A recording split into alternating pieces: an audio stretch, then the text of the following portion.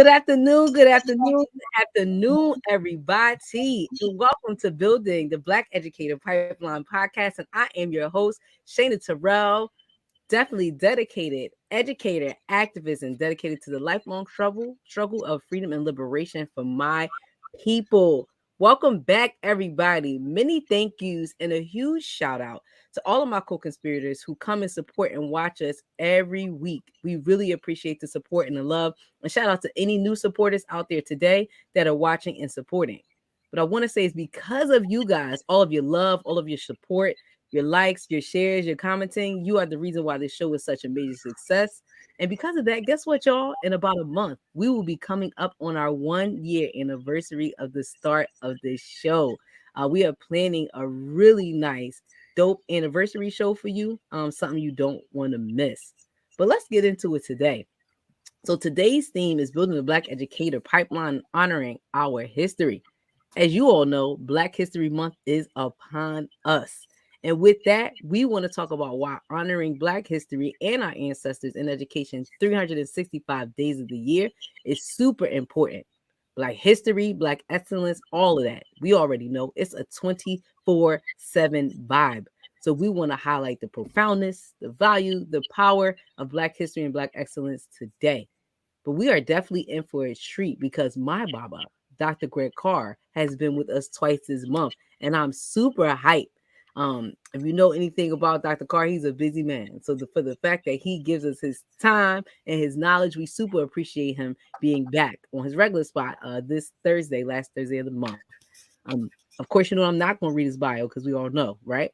But if you want to know who he is, check him out. Look my man up. But I am going to say he's a co-host of his own YouTube series, In Class with Carr, and also check out K Narratives. But I would love to welcome onto the show my Baba, Dr. Greg Carr. What's going on, Prof? How are you, my dear sister and beloved daughter, Shana? How are you, dear? I'm good, Dr. Carr. I am good. You know, working, surviving. That's what we're doing out here. You've been putting in a lot of work. It's only been a couple of weeks. I was watching the previous shows between the last time we talked to each other, and I must not only compliment you and the whole team, but just say how important it is that you sit and convene these conversations. I was deeply moved and informed, and some of those things I think going to find their way into today's conversation. I just want to thank you because you're doing the work and coming up on a year that fast. Where did the time go? A year, Baba, and you were our first guest. So you're my very first guest. Amen. Yes, Tempest a year. As they used to say in the Latin, Bud Powell's song at the same time. Time flies, fugitive flies. Same root as the word fugitive, which we're going to talk about in a minute. Fugitive pedagogy, but at any rate, yes. Well, Baba, today, I want to give the people watching today a little insight, right? When we started again almost a year ago, it was towards the end of Black History Month, but I think it's important for us to talk about Black History Month and why, like, what is it and why does it even exist? That's a good question, and thank you for shouting out. We're working on all these platforms at the same time since COVID, forced us completely online. We just took that opportunity and flipped it. And so, yeah, thank you for shouting out Narrative and the work we're doing there. Oh yeah, you take Mbangi to the next level, meaning like the room without walls, like the world is the classroom. Yeah, well, that's what we say. And we want a lot of people because we're coming up on this Monday. We resume Mbangi, right? Yes, we do. This Monday we will be resuming Mbangi, which we call our virtual global Mbangi. It will be this Monday at 7 Eastern Standard Time. So any high schoolers or any college students that folks know that you want to be a part of this worldly lesson, please shout out and register. You can find our links on the center's Facebook page. Please do that, y'all, and bring your young people. I've been encouraging folk in Narrative and Nubia to do that, and there are a lot of school teachers. We've been meeting up on Monday nights in something we call office hours, and for the last 3 weeks, we have been reading. We just finished this past Monday the last third of the Miseducation of the Negro, and we were averaging about 1,300 people per session. And a lot of young people, a lot of children. Some children came on to ask questions, made comments from all over. A family from Arizona, some folk from Chicago. Monday night, there were some folk from, I won't say Jersey, but at any rate, just a whole lot of, and folk from overseas, Europe, Africa. We got a sister from Kenya, in fact, came on for about 2 weeks ago. But all of this speaks to so what Carter Woodson in 1926 called Negro History Week, which he established with the help of some organizations, including he was made an honorary member of Omega Psi Phi, and he put the Qs to work. His idea was to pick a date on the calendar where the students and the communities in the United States and beyond, but Black folk in particular, could celebrate, to quote Woodson, what had been learned about the Negro the entire year. He picked February, the second week in particular, because the second week of February contains the birth month of Frederick Douglass and Abraham Lincoln. I don't know if you hear some feedback. I don't know if that's me. I don't think. Okay, cool.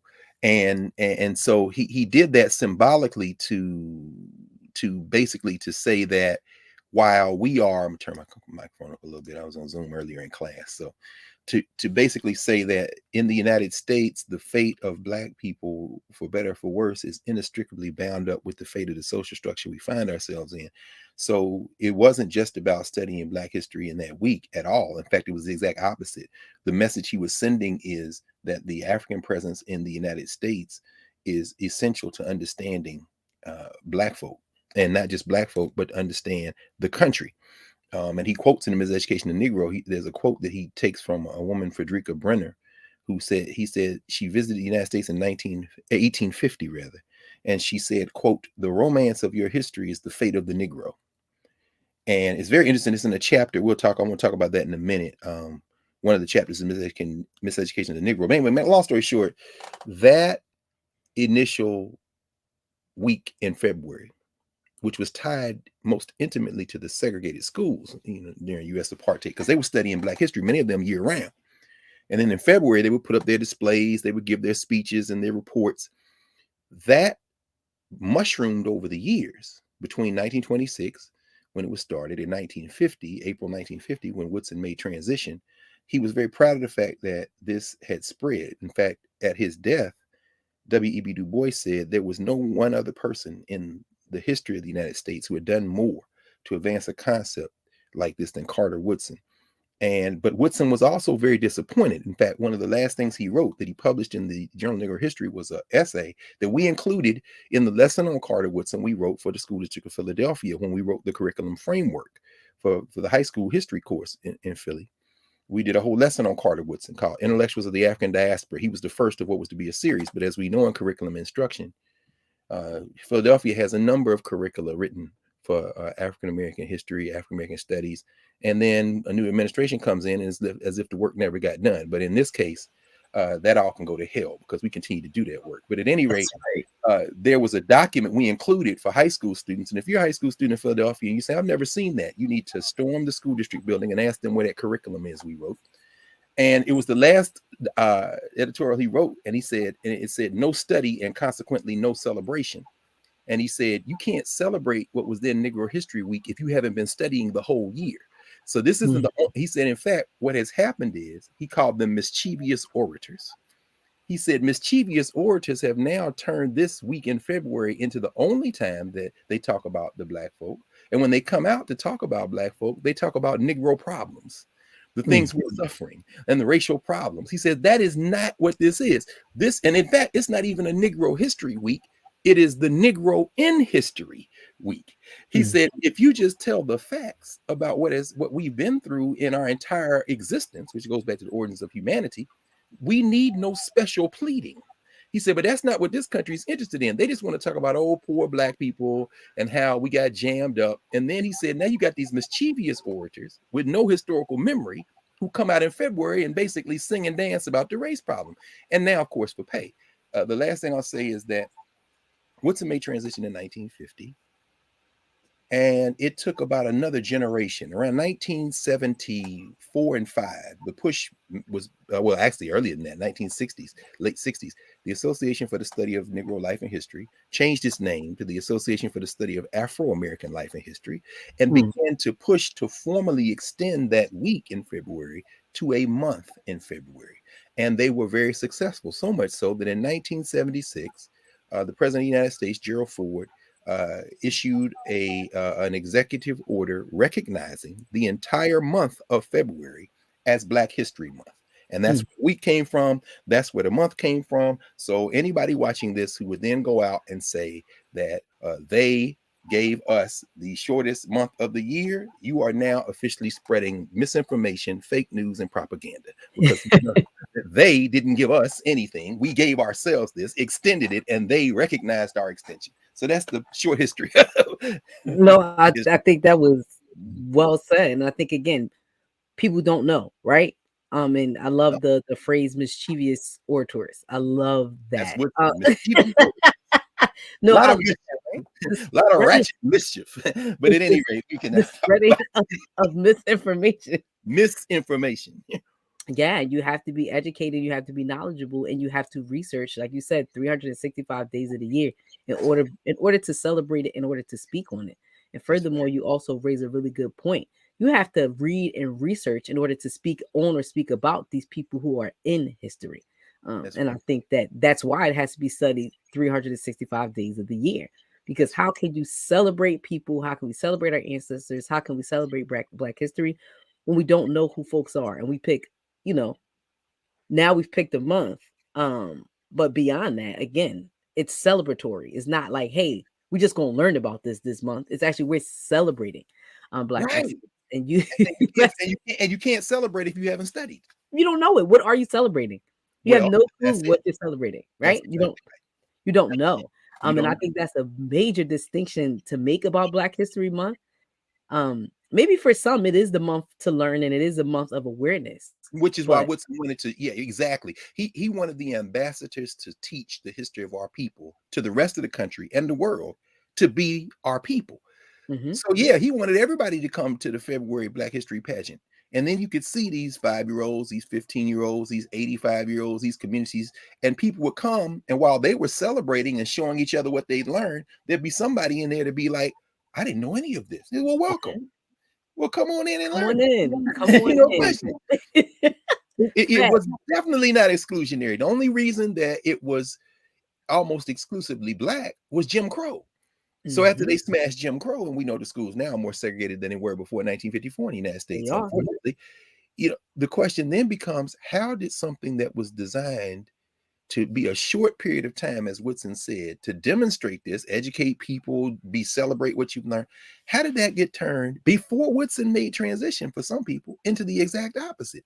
And the answer is very clear. We can find the answer to that in his Miseducation of the Negro, which is one reason we paused and read it over a month in Nubia in the narrative platform, but also one reason why many years ago, our freedom schools in Bongi did a read of the Miseducation. We read the Miseducation of the Negro as one of our summer books many years ago.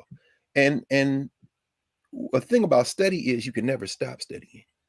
Just because we did a thing one time doesn't mean we shouldn't keep doing it over and over again. People read parts of their Bibles every day, or parts of their Qurans, or they read the Torah. Well, you should do the same thing with your literature. But the answer to the question of how it got turned into the opposite, you can find it in the Miseducation of the Negro. Woodson there are several theses in there. One is that the education system that's set up in the United States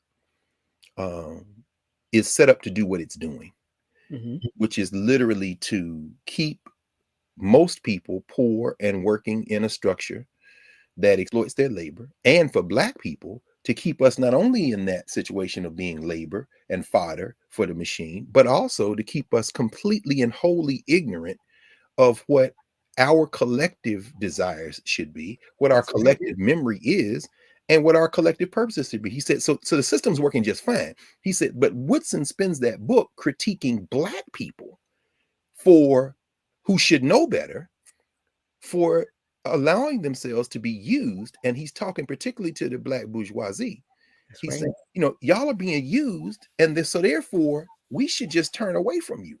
Go on and do what you do. And this is 1933. The Depression is going on. So this is before Brown. This is before a lot of things. This is before World War II. And he's saying, we are in the middle. We're catching hell. And you are miseducating our children because you have been miseducated. You went to these schools.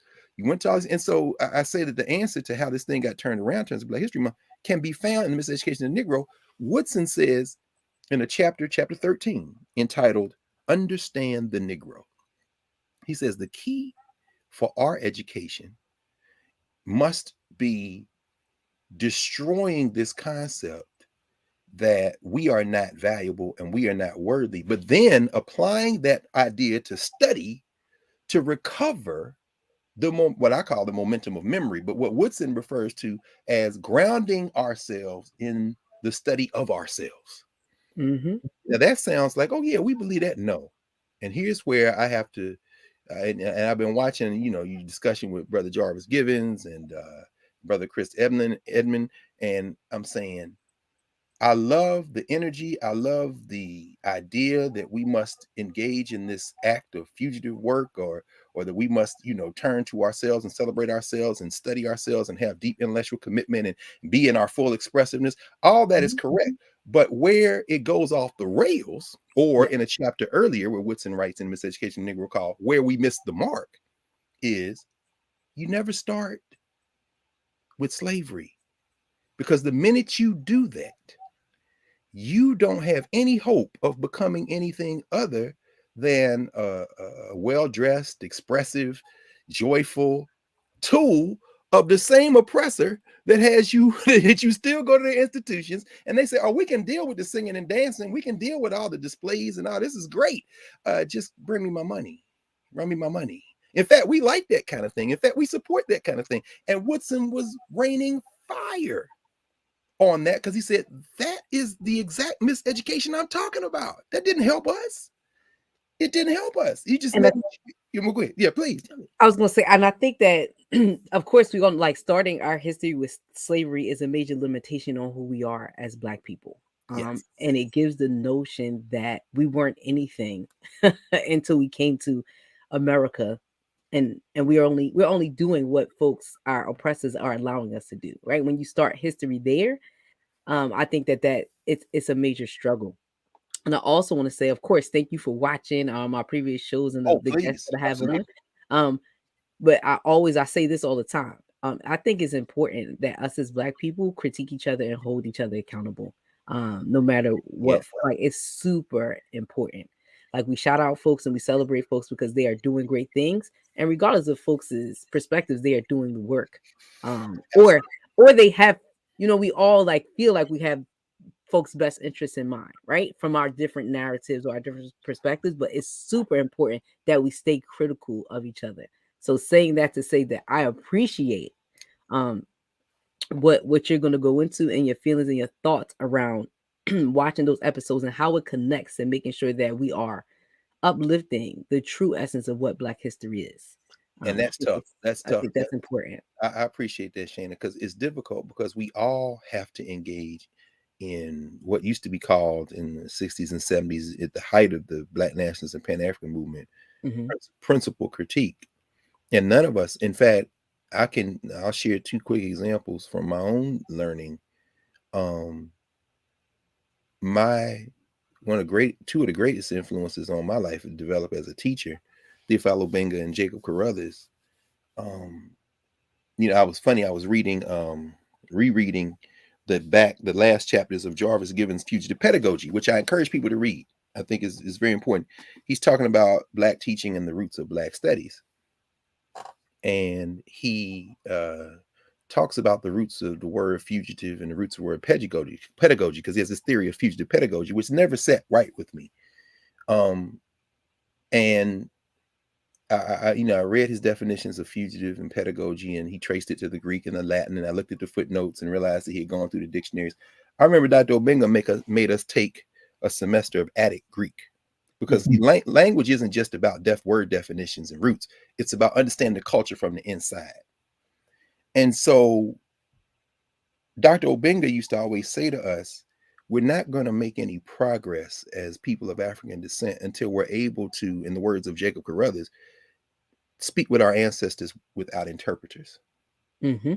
And so the concept of pedagogy, the concept of teaching and learning, Brother Givens connects it to a Greek origin of enslaved tutors who taught the children of the elite. And that is correct as far as it goes. In fact, the most famous of those, which he doesn't mention, but it made me think immediately of a North African who was used in Greece to do that, whose name we all know, Aesop. Aesop was an enslaved person, and that's why when you see Aesop's fables, they don't have many human beings in them. They're animal stories because that comes out of Africa. Africans don't use human beings to tell stories. You know what I'm saying? So this kind of warped stuff that comes out of Europe, which leads to Hansel and Gretel and Cinderella and all the kind of patriarchy. And Europe. You got that. You keep that. The Africans tell spider stories and monkey stories, and they're moral stories. That's why Aesop's fables have endured. But Aesop, in fact, was enslaved. Aesop, in fact, is a gloss of Ethiop, which is Ethiopian. So in other words, so Gibbons didn't mention that, but I know in that general field of pedagogy, that's what he's referring to. So I said, well, here's the flaw that Woodson is talking about. You started your concept of education in Greece. You didn't start in Egypt. So in other words, you can't even get where you want to go from where you started because you began with slavery. In fact, you backmapped slavery to the Greeks. Never a mention of Africa, as you wrote a whole book talking about these Black teachers who are trying to anchor themselves in Black history. But then he gets into the whole notion of slavery and post-slavery. I said, okay, now here we are. John Henrik Clarke would say, you start your history with slavery, everything looks like progress. But in terms of criticism, this is what the point I was trying to make. In the middle of us studying Greek, this is from a man who taught us Medu-Neter, ancient Egyptian hieroglyphs. But he said a Congolese who's fluent in about a dozen languages and can read and translate and many more. Partner of Sheikh Anta Job said this intellectual work is serious and it must be done in teams, and we can't just talk about it. We have to be about it. So y'all got to learn some Greek if you want to understand the roots of this thing you're trying to dismantle. No problem. So we're in there one night working, and we would have Medu-Neter class from like maybe 6 at night to 8, and then everybody would leave, and there were 3 or 4 of us that would be with him till midnight doing Greek. He said, again, this is how you know that you got serious students. You say anybody can come, and so the first day everybody comes. The second week maybe half the people come. By the month it's 3 or 4 people left, right? Because and he said y'all are who I was looking for, but I opened it to everybody. Yep. So serious student. Yeah, which is why I'm grateful that we had about 1,300 people every Monday night reading the Emissary Education Negro. These serious people, and what we have in Bonnie, it's open to everybody. Right? That's right. But only serious work is going to get us there, which leads me to the point. We're doing this, and then one day somebody asked, "Well, Dr. Obenga, how can we make this relevant for the hip hop generation?" And Obenga looked up from over his glasses. He was hanging his glasses down. He looked up. He was like, "Bon." Because he's one of them French-speaking Africans. French is one of the languages in what he said, "Bon, good, bon. You don't build the pyramids by dreaming." And then now, what did he mean by that? It's one thing to talk about all of our greatness, and we great somebody with it, but they didn't build the pyramids by hyping each other up and then just making a game out of everything. Somebody got to learn the cold-blooded architecture. And we can have fun talking about it and doing. And then somebody conceptually has to map the stars so that they align with what we're drawing here.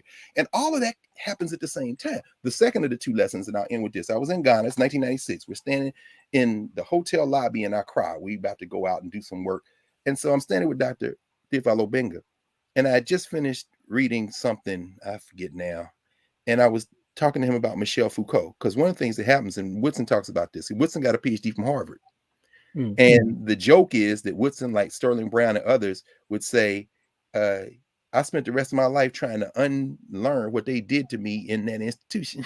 So don't look to that institution to validate you. Degrees from it, any of them places, that doesn't validate you. And don't go to your people and act as if that is true, because what they will not see you. What they'll see is, well, that means I can act like that and still get their approval. He says, so don't look at those institutions. So anyway, I was standing with Dr. Carruthers, and we were talking, And I was so excited. I want to create a new theory. I said, we want to do this close read of ancient Egyptian texts, and we take these texts. He said, yeah. And I said, they call it hermeneutics in the post-structuralists. I've been reading Houston Baker and Henry Louis Gates and them. So we could call it hermeneutics. Hermes is the Greek god on the Kemetic Jehudi. The Greeks got Hermes from Jehudi, and then the Romans take Mercury, this kind of thing, right? Same thing. So I said, instead of calling it hermeneutics, Doc, we could call it Jehudi-neutics. Yeah, I like that. He looked at me and said, that's okay. Or we could call it meta-nature. And at that moment, I got it. Why are we inventing words and mashing words together from the intellectual genealogy of a system that will then say that's just a gloss on what we're doing, thereby replicating the miseducation, when we have thousands of languages that are older than all of those things, which have concepts which literally achieve the objective? If we say the objective is to recognize our humanity, why would you then not recognize your full humanity across time and space? And in that moment, I never used that word again. Why? Why would I make up a word when there's a word? There's a word in meta-nature, nehesi, which is often translated as wretched, but what it really communicates is a sense of you are not behaving in a way that is consistent with our culture.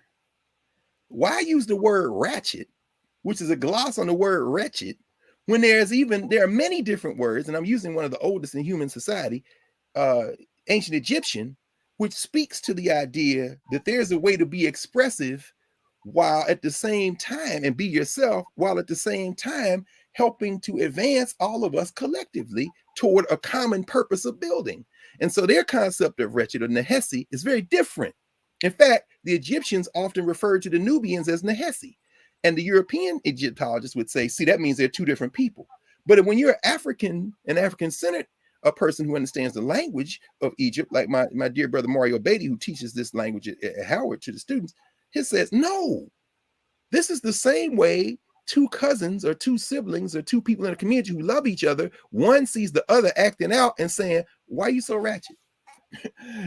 It's not coming out of a place of critique. It's coming out of a place of loving correction. So in other words, there's nothing progressive about borrowing from Europe when you have your own. And when we say we want to do that and don't do it, we're in fact demonstrating the miseducation. What's in this critiquing? And I've experienced that myself. That's what I was trying, and I continue to experience. Connected to that. So my question would be, on top of this, and even when we're talking about Black history and Black celebration, I think that at our core, we want to pass on our traditions, but we also want to learn how to do that by connecting with young people. And because of at the base of what you're saying, we have situations where our young people haven't been exposed to or haven't done the intellectual work, right? That's right. So because they haven't, you will have a young person who will be very creative and make up words. And I'm not talking about the folks that we're talking about now, the adults. I'm talking about young people who create their own language, who create their own sounds, who create their own way of speak. So it's to attempt sometimes to connect with them, we speak their language, because you do have to understand youth culture. So my question, I think, that I want to pose to this is, how do you marry the two? If we're talking about Black history, right, especially learning it 365 days a year and learning it beyond just the month that it exists, not doing that has a major impact on young people, right? Because it then becomes the knowledge month or the history month and lacks the celebratory piece that we wanted to have on Black history and Black culture for young Black people. Then at the same time, how do you connect the two? How do we merge our youth culture with our history and with our intellectual work to draw the young people and to get them excited or get them engaged so that they understand history, so they don't make the mistakes of misinformation? I think it requires collective, let's take one of the principles of Kwanzaa, because we know those two are year-round. Shagalia, collective work and responsibility. It takes educators to be committed to be constantly learning, constantly engaging with each other, and then creating learning environments where young people bring their whole selves into the space. And as we often say as teachers, we connect what they know, who they are, to what they haven't yet learned. So that what that means is you don't come in, and I was again watching your conversation with Brother Edmund, and he's saying, you can't, what we make a mistake when we try to have students exclude who they are when they come in the classroom. Yes. And we can't do that. I've spent my entire life not doing that. We can't do that. Now the question is, what do you do when they present their full selves in the space? And this is where Asa Hilliard's work is so important. Asa Hilliard used to always say the best teachers have content mastery and the developed capacity from learning from other teachers and learning from students and learning from everywhere they can to help students understand that they can help them acquire that content and apply it to their own lives. That's where the difficulty comes in.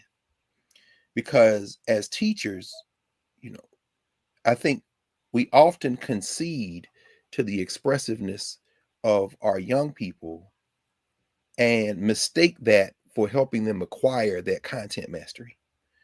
And what do I mean very, very, very specifically about that? Content mastery is difficult. I'm a person who is constantly trying to study and learn. There are not enough hours in a day, all that. But what I recognize is that without that, we're not going to be able to make the kind of contribution we need to make. And let me make that very concrete. So let's think about the world.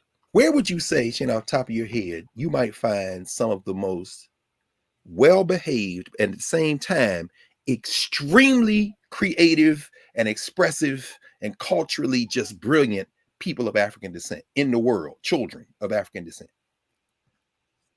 in the world?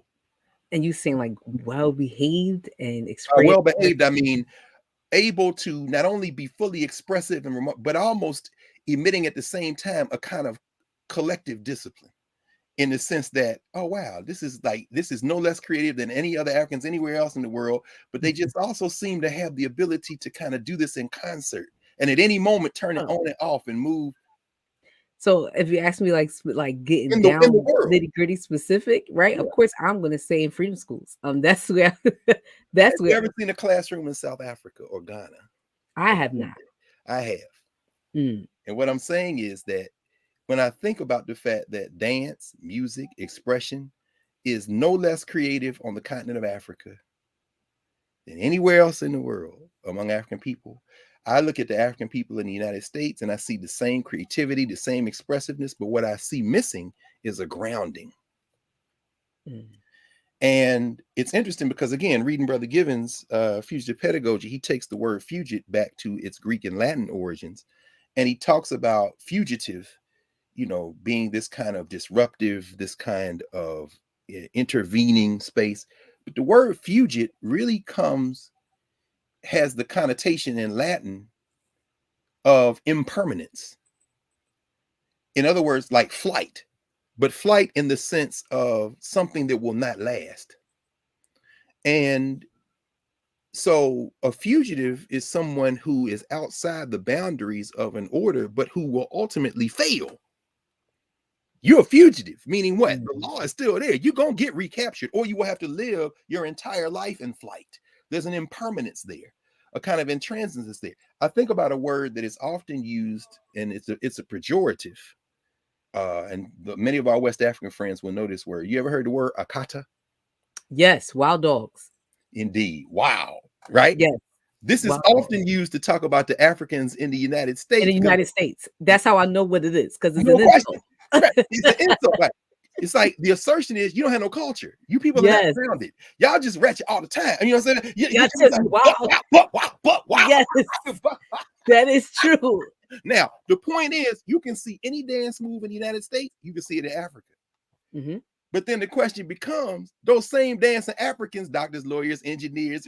So there's a cultural grounding, and some of it, don't get me wrong, Africa's not perfect because we got colonialism. Woodson even talks about that some as well.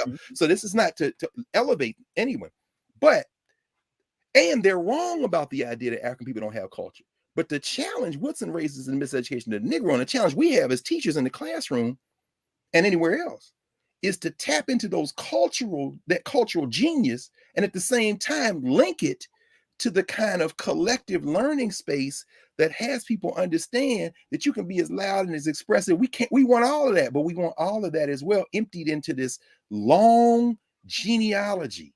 That's why I don't like when people use the word genealogy, and they're really not talking about the long view genealogy of African people, because they stop at the boats and they don't even fill up the space between the boats and now. Because ultimately, it leads me at moments to say Africans in the world are going to be fine.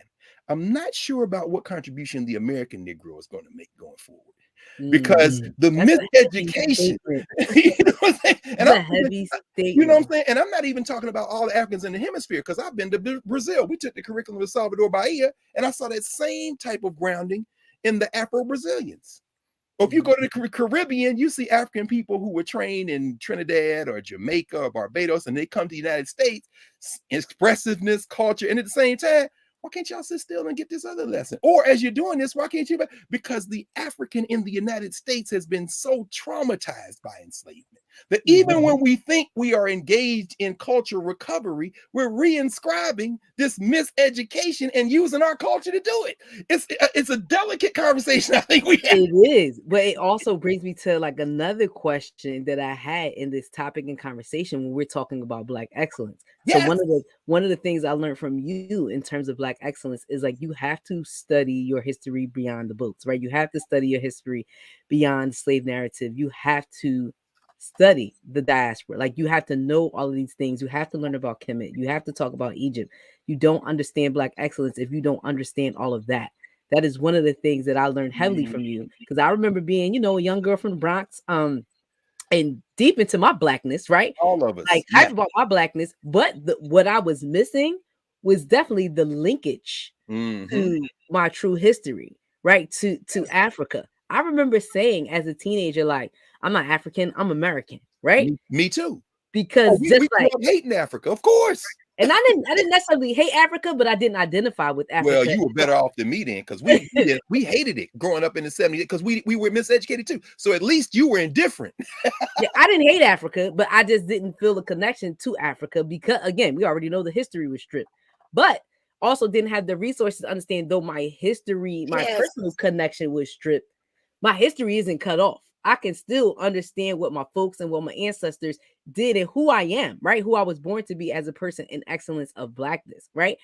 So that was very important for me to learn, but I learned that in my connection with you. So shout out to you, Dr. Carr. Well, and the people who taught me, because again, from where you're from, and this is why last summer when we were reading parts of We Are an African People, John Rickford's book, Russell Rickford's book, which has some excellent historical information, but which the frame is terrible.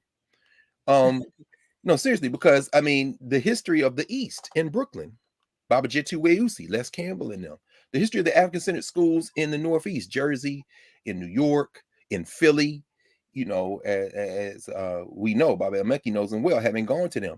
That was their purpose. So when you see me, when we see each other, when our Freedom School students see us, we're looking at an unbroken genealogy. In other words, this is what they were doing at the Freedom Day School, John Churchville and them. This is what Mama Maisha Ngozi has been doing for years. I mean, in other words, I am not an outlier. You're not an outlier. We're reviving a tradition. And the challenge comes in, which is, again, I say the framework of this book is suspect, because all of that work gets presented to the social structure that has set this system up as if it's a revelation. And what happens is that social structure then absorbs that energy, and then erases it by trying not to bring it to scale. And then we got to start all over again. And so I'm saying it because Woodson, let me give you a very quick example. This is in Woodson's Understand the Negro chapter 13 of the Miseducation of the Negro. He says, Negro colleges, for example, he's talking about HBCUs, offer courses bearing on the European colonists prior to their coming to America, their settlement on these shores, and their development here towards independence. Pause. Every high school class our students take, if you took European history and took American history and took world history, the question I would ask is, could you tell the difference? And the question would become, if you took European history and world history, with No. except for a couple of references to the Chinese and maybe a little bit toward Africa and indigenous. The rest of the book is a European history book. Well, most of the time you just hearing about white people colonizing all over the world, child. Like Exactly. that's that's the history. Like that's what you learn it. Exactly. That's what Woodson. So Woodson goes on after saying that's what they do. He says, why are they not equally generous? These are the black colleges, and I would say the black curriculum, what we should be learning. Why? And he gives his philosophy of curriculum in one paragraph, which is why every book I read, Gibbon's book, I'm like, how do y'all miss this? And then I realize it's not unintentional.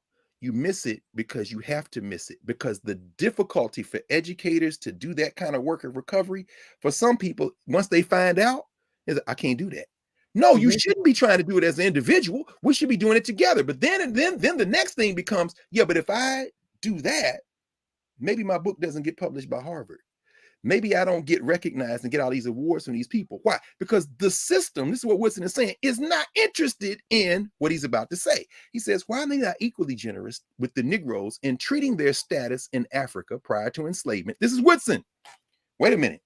What do you say? Where should we start, Carter Woodson? He says, in Africa prior to their enslavement. Now, that just immediately cut out 99% of the people running around here talking about they want to do black pedagogy. But why I got to deal with Africa? This is Carter Woodson. That's facts. And here's the other piece of this, right? That's missing, right? Some of it might be wrapped up in what I may not be able to do or get as a result of taking that stance. But the other part of this, which I see because I saw it in me prior to my enlightenment, is it's not that I don't care about accolades and make like I'm not bought into American capitalism. Yes. I mean, I live in existence, but bought into it, right? Like it's my motivation. No. So for me, it's more of the lack of knowledge of all of those things. Yes. But prior to that, I still was doing great work. I still was connecting with kids. I was still doing all of that. But spreading what you would consider, right, what we consider misinformation to these young people about how we black in America. Like I still call myself a black nationalist, right? Like I'm still that. But me being a black nationalist back then was absent of me understanding that I'm also African. Yes. And I think that is at times what folks fall victim of. Yes. And then the question that I like really want to come to, and I think that a lot of people struggle with this because I struggle with it sometimes, is like, how do we fight white supremacy, but not make white supremacy the antagonist of the black story? Meaning, we want to fight white supremacy, but we don't need to keep centering white supremacy to be like our villain for our existence. But you fall into that gap. I fall into it too still. Right? I still fall into that gap. How do we do that? How do we fight it, but not make it the antagonist of our story? Like we only exist to fight against whites. Like that's not why we exist as black folks. It's impossible without decentering them. And that sounds like a tautological answer. The answer is the question. But the simple fact of the matter is that we have to decenter them. And I reach back because another book, and I think this is something we have always said we needed to do, and we need to now just get into this work of linking all the years of Freedom Schools together. Because many years ago, when this book first came out, and I had the pleasure of helping host Ngugi wa Thiong'o back in 20, I guess maybe 11 or 12 at Howard, he finally was able to make it down to DC because I told you, we read your book when it first came out, Something Torn and New in Freedom Schools. And Professor Ngugi, who is Kenyan, East African, he gives the example of in one of Chinua Achebe's novels, the young man comes from the village and he goes to Western style education and he realizes that he has something valuable in his own culture. So he goes back to his village and takes the sacred python, which is symbolic of his people's culture, away from the village to take it back to the university and show these white people that he too has culture. But the mistake is you took the sacred python from your home. You don't need to show them white people nothing. And Ngugi makes that point by saying, when you center whiteness, you never stop trying to prove your humanity. Look, here's how we do this. Here's how we do that, this kind of thing. And so how do we break that? Well, it's very simple. Jacob Carruthers, writing in one of his books, Medu Nature, he says, African champions must break the chain that link African ideas to European ideas and speak to their ancestors without interpreters. Now, what does that mean? How does that translate? It translates very simply.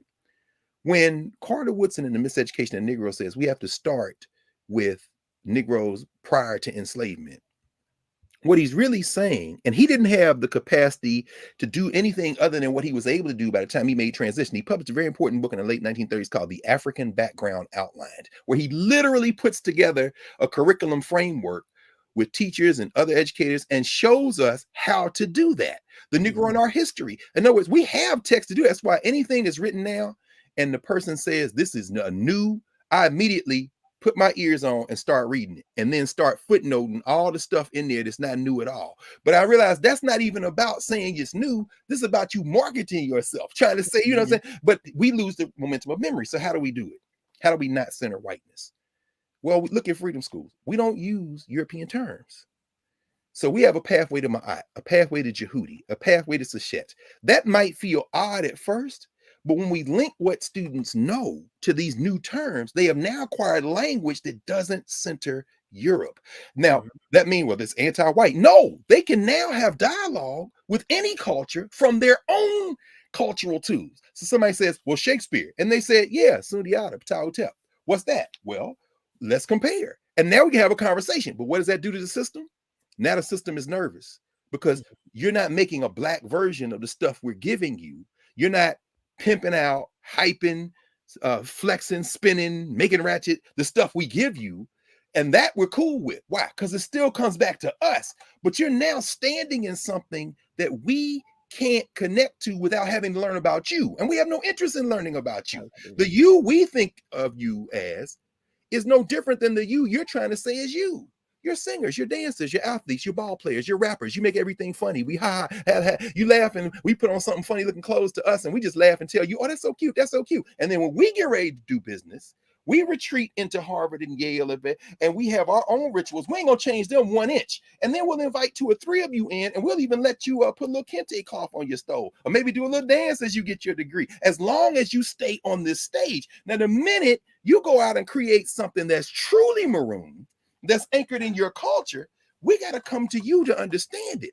And that's the way humanity should work. But we're not coming to you because you're not human. And that is the real issue. I'll give you a very specific example. Think about any space that any of us have been in when people who we know and like or in talking to, whatever, encounter someone else who we don't know and begin to speak to them in a language we don't understand.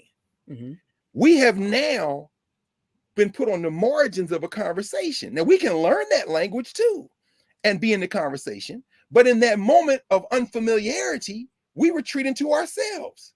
And if it's a conflict moment, think about those stereotypical, I mean, you and I have both been in them many times, New York, Philly, where you see an argument break out in a Chinese restaurant and then the people there start speaking to each other in a language that we don't understand. And if you're in Brooklyn and that happens, guess what?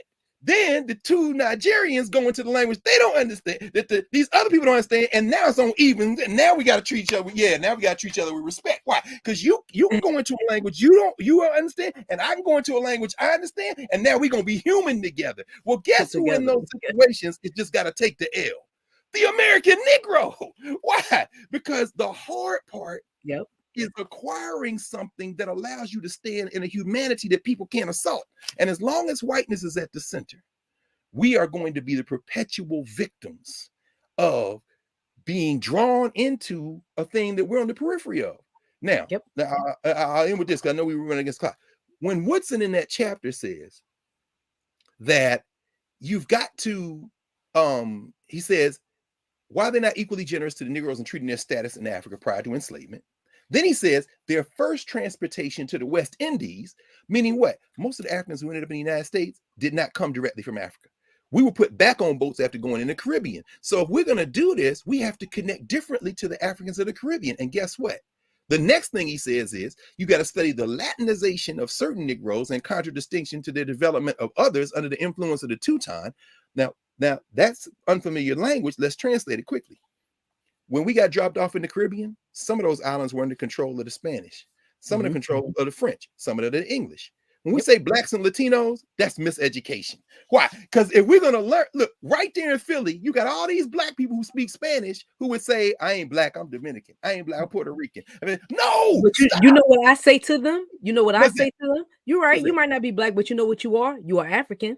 without a doubt. Exactly. So I moved the conversation away from race, because of race, again, it is a social construct. We are in America. You can tell me you're not black all day long, but you know what you are, and you can never deny you are African. We That's are right. African. That's right. In fact, let me end this. Let me end that paragraph with this, with emphasizing what you just said and holding that up. You just gave the answer to the question you raised. By the minute you do that, you have decentered whiteness, and the pushback against that is the pushback that comes from, no, I don't have an identity outside of the one white people gave me. And we can get past that. That's what the teachers have to do. Finally, Woodson says this. After all that, he says, let me just read the whole thing. Why are they not equally generous with the Negroes? And number one, treating their status in Africa prior to enslavement. Number two, their first transportation to the Caribbean becomes Caribbean. Number three, the Latinization of certain Negroes in contradistinction to the development of others under the influence of the Teuton. In other words, study how the English, French, Dutch, Spanish, Portuguese divided y'all. And then finally, and here's the one we like to focus on when we say we're really dealing with our young people, but we left out the other three. The last one, Woodson says, in 1933, and the effort of the race towards self-expression. What educators do is focus only on that last one. We're going to get with our students. We're going to make a game. We're going to tell them you could do all this event. Yeah, that's number 4. Did you do number 3? Huh? Did you do number 1, 2? Huh? Did you do number 1, which is really the one? Man, I don't know. Look, I'm just trying to get these young people to understand that learning is fun. You don't have to be this, that. Well, then you not really, your heart's in the right place. You got a lot of brain. But I think you should really go back, instead of just rocking cards you wish in t-shirts and talking about, you should go back and read what cards you would, who taught in the Philippines for several years, who traveled around the world, who could tell you how miseducation works. You need to read the Miseducation of the Negro, because the blueprint is there. And it isn't just him. He's learned that as a teacher, and he's worked with teachers his whole life. And I think that's the kind of thing we have to do. I love that, Doc. I love that. But that's the thing that, again, I appreciate you wrapping that all together and wrapping it up for us, because I know many people, I do struggle. Like, how do we fight against this without censoring it? Oh, I do too. Even when I think about Black History Month, right? Like, the conversation and the narrative about Black History Month is almost like, yeah, because even when we talk about celebrating Black excellence, like, yeah, because we learned about white history, 365 days a year. We do, right? Like, I'm not discrediting that argument, but at the same time, again, that's the conversation that centers whiteness. Like, Black History Month exists because, you know what I mean? Or we only celebrate Black excellence because, you know what I mean? White people don't give us nothing, so we're going to celebrate ourselves. We need to celebrate ourselves no matter who's clapping for us, no matter who's rooting for us. We need to center and lift ourselves up, not in spite of that, right? Like, this is wild. So I wanted to be able to definitely bring that here for folks to understand, and connecting with young people. We can't have these conversations centering whiteness. They need to understand who they are. And it is. I struggle too. And the Blackness we center, and I agree, I fail all the time. We've been failing for a number of years, but the alternative is to give up, and we ain't gonna do that. And the Blackness we center cannot be a Blackness of the slave. It's not a slave Blackness. And I'm not saying the Blackness that enslaved people created, because the cultures we created, we inherited and remixed. Yes. I'm not talking about that. I'm talking about the culture of Blackness as spectacle. That is not decentering whiteness. In fact, it's reinforcing whiteness. In fact, somebody asked, I see a couple of questions right quick. Ilkaz mentioned the Nation of Islam and the 5%. Yeah, that's one technique. And I think the Nation of Islam was onto something with the Muhammad Universities of Islam, with the attempt, but at the same time, didn't go far enough, I don't think. That's one thing. And I saw somebody live playing Earth said, what did I think of the ratchet speaker? I think we all need to be in dialogue, which is why I would love, Shannon, at one time we get some of these cats. I'd love to have a conversation with Evelyn and conversation with Jarvis Gibbons. Yeah, I'd love to be in a conversation, because I want to ask them, and I want them to ask me, because this is hard. And then finally, this question that Celine asked about these languages, original languages. I just got my hands on a book I've been stalking for about 4 or 5 years. We had to wait for the price to go down, because Black, there ain't no money in education. If you getting paid as an educator, it's probably you're involved in some spectacle education. But at any rate, I finally found this Oxford Handbook of African American Language. I had to complete my African languages and African American languages stuff. And one of the distinctions that the editors make is they say they don't use the word Ebonics in here. Now, this book is just about 900 pages. It has a number of it has about close to, let me see, it's got almost 50 chapters. It's dealing with all these different dimensions of Black language, what they call AAL, African American language, not even African American English is a distinction. They said one of the words we don't use is Ebonics. Why? Because they say Ebonics was a term coined in the early 1970s to talk about Black language in a Pan-African sense, and said that all the languages we speak in the Western Hemisphere are connected to languages we spoke in Africa. The grammar rules, the phonetic rules, the idiomatic usage rules that were applied then to English, French, Dutch, Spanish, Portuguese, and therefore the Ebonics folk would say, ebony phonics is the combination of those two, very scientifically now. And they say we respect it, but the reason we don't use it is because we are focusing on the origins of African American language in the United States. The Ebonics folk are looking at the relationship between Black speech in the world. And I'm saying politically, that is the only way to go. Because if you reduce your vision to just the United States of America, that's how you end up with stuff like the 1619 Project. That's how you end up with stuff like African American, and that cuts you off from the rest of the African world. And we understand that and this is what Woodson was saying also. When you do that, you have now made yourself subject to the fortunes only of this country. You don't even have allies anywhere. You don't have connections anywhere. And guess what? Newsflash, United States is on the back end of its existence. This is why I appreciate you as a mentor and a teacher, because the one thing you do and you always do is hold us accountable to the fullness and the wholeness of our history and who we are. Both of us, all of us, what we have to do. I appreciate that. And I'm saying that because, again, we have many people in seats who mean well. No question. They mean well. But sometimes they just don't know better or haven't been, maybe they know better. But one of the things that I have experienced, again, from a relationship with you, from my relationship with Freedom Schools, people held me accountable to do better. Well, you and me both. And I appreciate the fact that you all hold me accountable, because even, I put it this way, the most difficult thing for us to do sometimes is to grow. It's hard, y'all.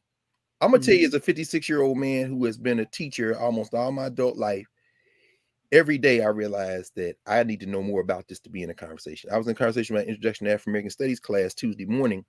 A lot of students in there from the Spanish Caribbean, French Caribbean, English Caribbean, from the continent of Africa. And in talking about the complexity of African languages, even coming out of those spaces, what I tell them is, I haven't studied Yoruba enough to have mastered that language, or Tree, or any. I borrow concepts. Metanetra is the one I've studied more about. And I know enough to know that I need to continue to study because I haven't mastered that language.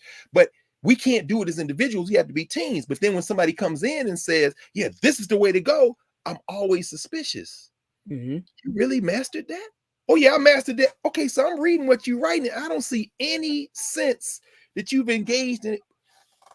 The more teachers know, the more you know how little you know. So that when I come into Mbangi and when we're all together, I'm constantly thinking, I got to know more about this. I got to know more about this. It's not, you know what I'm saying? So even if nobody said out their mouth, real teachers are constantly criticizing themselves. Which is excellent. You know, I always ask you, like, how you do all this reading? Like, my life ain't set If I had to sleep, I'd do more. Yes. Yes. I always look like, how you do all this reading? Doc, I'm gonna say this. We always like run out of time, and I be having like 1,000 questions. I be wanting to ask you, like, you don't know, right? Because we come here, especially every Thursday, and give knowledge. Yeah, you do. To the people. And you're a major part of that, and a major part of that happening. Doc, I do want to say this, and I know it's a private matter, but somebody in the chat alluded to it. I want to put you on blast, but they give condolences to your family. Oh, of course. It's not private. See, that's the thing. That's very European. Yes, that is European. It's not private at all. My mom made transition a week ago yesterday. She was 93. She is 93. We're having a ritual for her in Houston. My sister and them, because that's where she made transition. But then we're having the big ritual in Nashville the 3rd and 4th of February. You know, my mother is now on her journey to being a venerated ancestor. She made a beautiful transition. What you may call in the Brazilian, they have something called boa morte, the good death. My mother died a good death. So in terms of condolences, it's a celebration. And here I'll end with this. The burial ritual is really about affirming and confirming your linkage and responsibilities now, that because this is just a brief period we spend in eternity between where we came from, where we going back to. My mother's gone on the way back to where we came from. Yes. Then in many cultures, the Akan, the Europe, you have an ascension. Sometimes it's 30 days, sometimes it's 40 days, 60 days. So we'll have the ascension ceremony, and then you transition to that ritual day that you celebrate going forward, and that's the birthday. Martin Luther King's sister did the same thing. King was assassinated April 4th. Christine was like, okay, now we move the following January to the birthday. That's why we don't sing happy birthday on April the 4th. That's when you thought you took him out. But the day is his birthday. You understand? So my mother made physical transition. We all got to go that way. I hope I die a good death the way my mother died. And now, and I have heard her literally, she woke me up yesterday. I was late for a meeting. I heard, woo. I was like, oh. My mama been doing that since I was 3 years old, trying to get me out of the bed. So I appreciate the condolences. Please understand that now my mama sees everything. I can't lie to her. I can't hide nothing. I can't bet. He is the ancestors see it all. From beyond. And I thought about this too. I thought about it too when we heard that your mom passed. I was like, oh my God, now we get to say her name during libations. No right? question. Like what an honor, what a pleasure, right? Like that's the I was like, oh my God, we get to lift her up in libations. Like she's watching over us. Captain Carr, she joins the rest of them. No question. She and my father back together. But although we putting her body in the ground with my father, but my mom always talk about her mother and father. So my cousins from Alabama are coming with the dirt that we got to put in there with her, because she won't rest unless her mom and them are in there with her. Yes, you already know. Definitely. Yes. But please and blessings to her and may she watch over her, over all of us. But shout out to her for giving birth to such an amazing person. So shout out. And she loved y'all. Time she came to Philly, she got a chance to see Freedom School. So my mama know, so she's with us. She's an ancestor in this genealogy.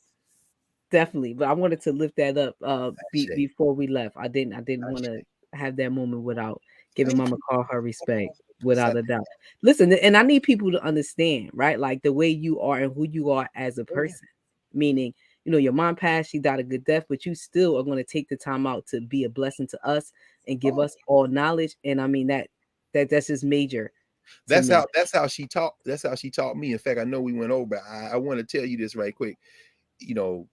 My name Gregory isn't an African name. It don't come from African language. But my mother, before she made transition, told us how I got that name. My father was drafted in the Army in World War II, and he said one of his Army buddies is a black dude who had a son, and they met the little boy, and my daddy said that little boy was the smartest little boy I ever seen. He said, I want a little boy like that. The little boy's name was Gregory.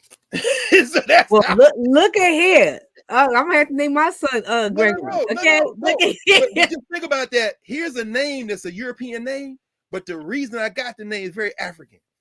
So in other words, you can't study Africana just by looking at just Africa, but you got to know the African cultures so that when you see it, you can recognize it. And I never knew that. My mama held on to that for a long time.